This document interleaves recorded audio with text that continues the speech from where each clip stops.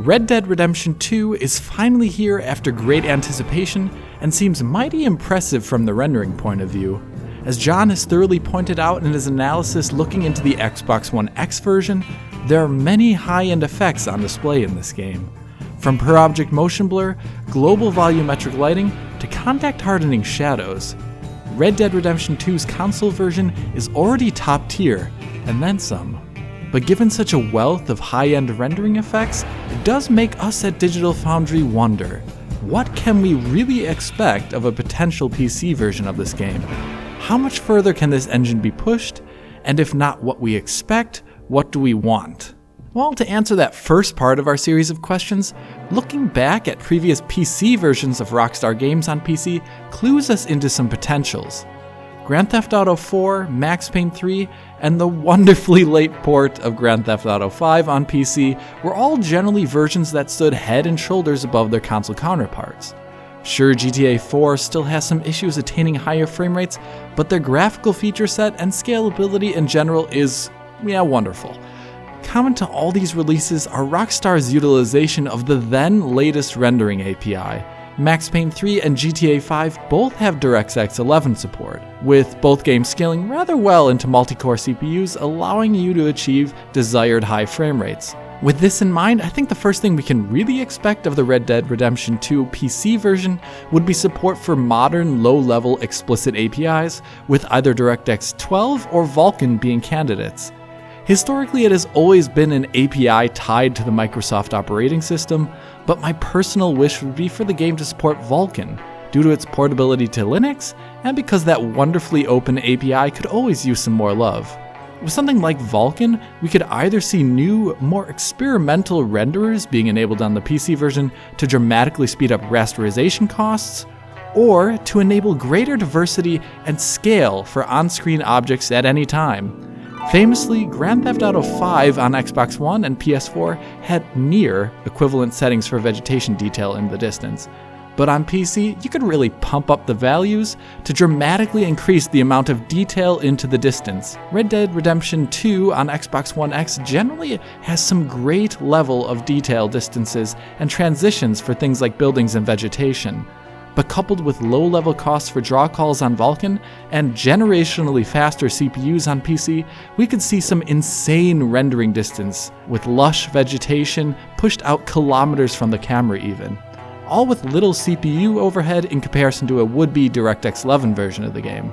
Along with the latest API support, Rockstar has continuously offered specialized anti-aliasing support in their PC versions since at least Max Payne 3, where multi-sample anti-aliasing has been well supported. And as John mentioned in his video, there are even extensions in the form of NVIDIA's TXAA being offered in Grand Theft Auto 5.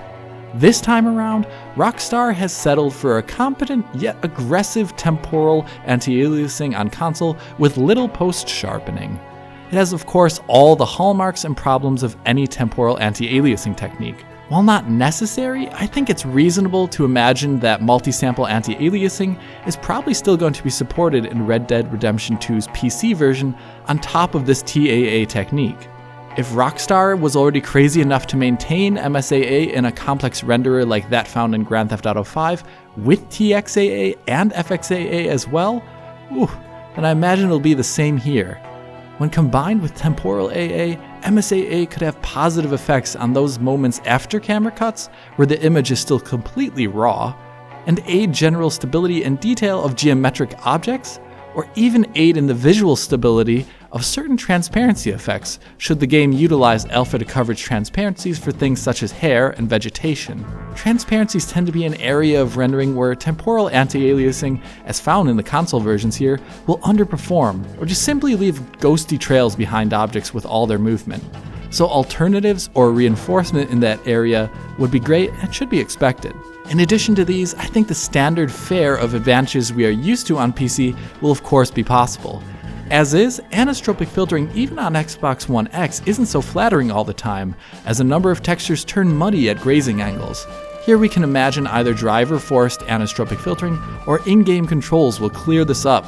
And barring the outlier that is Grand Theft Auto 4, support for arbitrary frame rates that are attainable on contemporary hardware as a baseline is guaranteed. especially if Vulkan or the like is on the cards.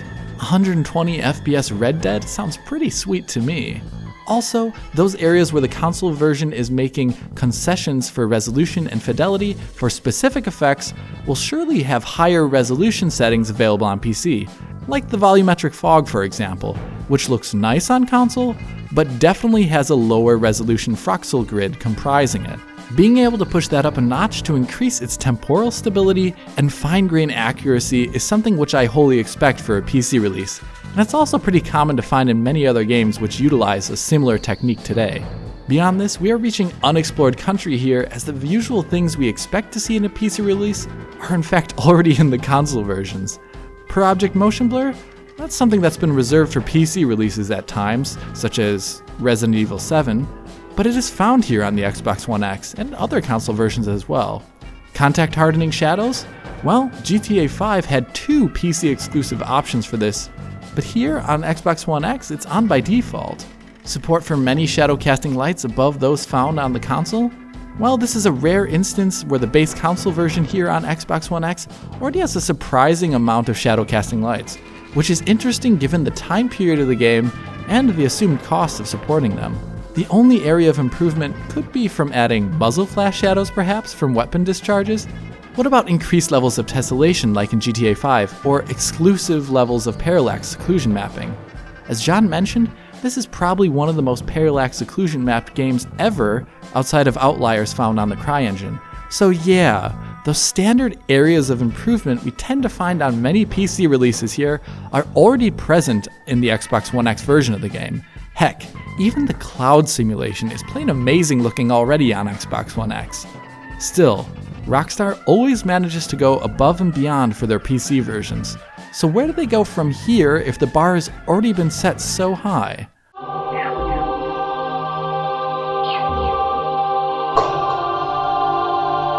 I can easily imagine Rockstar integrating modern real-time ray tracing on the GPU to increase the fidelity of Red Dead Redemption 2.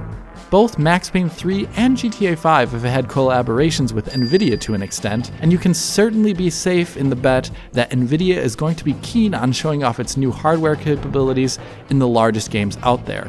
But how exactly would ray tracing be used in a game like Red Dead Redemption 2? Here I think we need only look at other games to see what they are doing to get a clue. As seen in Battlefield 5, Atomic Heart, or Control, ray tracing can be used quite effectively for direct and indirect specular reflections on objects, giving mirrors that mirror reflection you expect, and improving on those areas where screen space reflections fall short. But I do not expect Rockstar to use this version of ray tracing, as the world in general in Red Dead Redemption 2 is on the frontier and largely filled with natural organic materials. It lacks lots of large-scale metal or plastic structures, and having ray-traced reflections does not benefit the image as much as it would in games that take place either in the future or with many more man-made structures. Those areas where it would help, such as on water surfaces, or here, as in the case of mirrors, are either limited in scope, have pretty great fallbacks already, or are covered under other systems, like mirrors. There are not many in the game, but it looks like there's already some sort of render-to-texture system in place to cover them. But what about ray tracing as seen in a game like Shadow of the Tomb Raider? Shadow of the Tomb Raider uses ray tracing to allow for many shadow casting lights at a flatter cost with more accuracy, as well as pixel-perfect shadows that do not have problems with alignment from their point of casting, and showcase proper contact hardening. This is a more realistic direction I can imagine them utilizing ray tracing for, but still one where the benefit would not be so extreme in comparison to what they already have. As mentioned, the game already has many shadow casting lights, and it also has a form of contact hardening shadows. So the biggest area of improvement would be for small shadow detail where there are problems of shadow bias up close. So those areas where the shadow does not align with the object casting it, it kind of just floats strangely next to it. Beyond this, ray trace shadows would get rid of distant shadow problems such as obvious shadow map cascade transitions or disappearing shadows into the distance. But even then, I already find these areas robustly covered here in the console version of Red Dead Redemption 2. Shadow Peter panning or BIOS problems are pretty well covered by the heavy use of screen space shadows, which even work on light sources that are not the sun.